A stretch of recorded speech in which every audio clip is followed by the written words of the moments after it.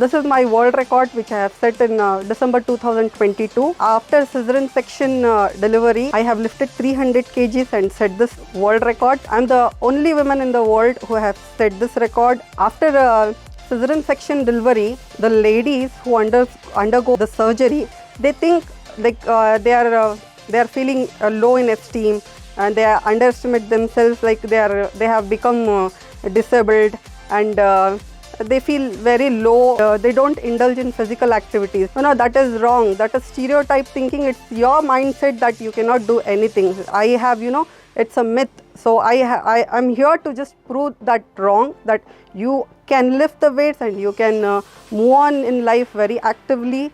You have to believe yourself and do something great things in life by being positive.